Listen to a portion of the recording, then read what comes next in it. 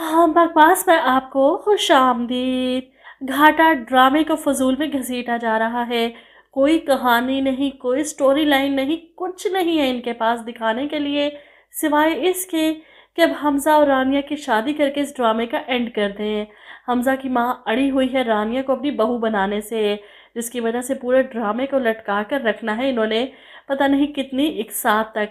पहले ही इतना फजूल कर दिया, ऊपर से रोज़ाना की बुनियाद पर 20 मिनट का ड्रामा दिखाकर इन्होंने ये महीना पूरा ऐसे ही निकाल देना है, थोड़ा थोड़ा ड्रामा दिखाकर। जैसा कि अब तक आपने देखा कि रानिया ने ऑफिस आना शुरू कर दिया और वहीं अपनी माँ को कह देती है कि हमज़ा को मना कर दें, वो ऑफिस ना आए, मैं खुद संभाल लूँगी। लेकिन हमज़ा फिर भी बाज नहीं आता। वो ऑफिस आता है और आते ही इसकी नज़र पड़ती है एक ठरकी पर, जो रानिया की तस्वीरें खींचने में मसरूफ़ था। ऑफिस के अंदर इतने लोगों की मौजूदगी में किसी की नज़र इस पर नहीं पड़ी, लेकिन बाहर से आते हमज़ा ने फ़ौरन देख लिया और उसे डांटना शुरू कर दिया। यहाँ पर रानिया हमज़ा पर नाराज़ होती है कि तुम इसे डांट क्यों रहे हो, और जब हमज़ा दिखाता है कि ये देखो तुम्हारी तस्वीरें खींच रहा है, ये देखकर रानिया को बहुत गुस्सा आता है।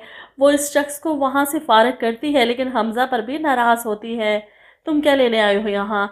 जब मैंने कहा था कि मुझे तुम्हारी ज़रूरत नहीं। ताई अम्मी की बातें अभी भी इसके कानों में गूंज रही हैं। वो हमज़ा को सख्ती से कहती है, चले जाओ यहाँ से। जवाब में हमज़ा ढीठ बना वहीं खड़ा है। सॉरी, चची ने मुझे सख्ती से मना किया है कि जब तक तुम ऑफिस में हो मैं तुम्हारे साथ रहूं। ये सुनकर रानिया हैरान होती है।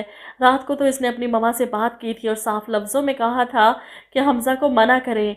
वो कैसे कह सकती हैं कि हमज़ा तुम रानिया के साथ रहो। वो हमज़ा से सवाल करती है, मामा से बात कब की तुमने? जिस पर हमज़ा जवाब देता है, अभी कुछ देर पहले ही बात हुई है। मैं इसीलिए तो ऑफिस आया हूँ और इस ऑफिस से अब कहीं नहीं जा रहा। वो अपने कैबिन में चला जाता है, जबकि रानिया गहरे गहरे सांस लेती है, जिसे पता नहीं कहाँ से भाग कर आई हो। हमज़ा को जितना खुद से दूर करने की कोशिश कर रही है, वो इतना ही इसके करीब आता जा रहा है। वहीं हमज़ा की माँ सबसे बड़ी विलन अब इस ड्रामे में। सज़ा तो इन्हें भी मिलनी चाहिए थी, क्योंकि पहले भी शादी इन्हीं की जल्दबाजी की वजह से टूटी थी, और अब भी यही सबसे बड़ी टेंशन है इस ड्रामे की, क्योंकि बाकी सारी परेशानियां तो एक साइड पर लग चुकी हैं।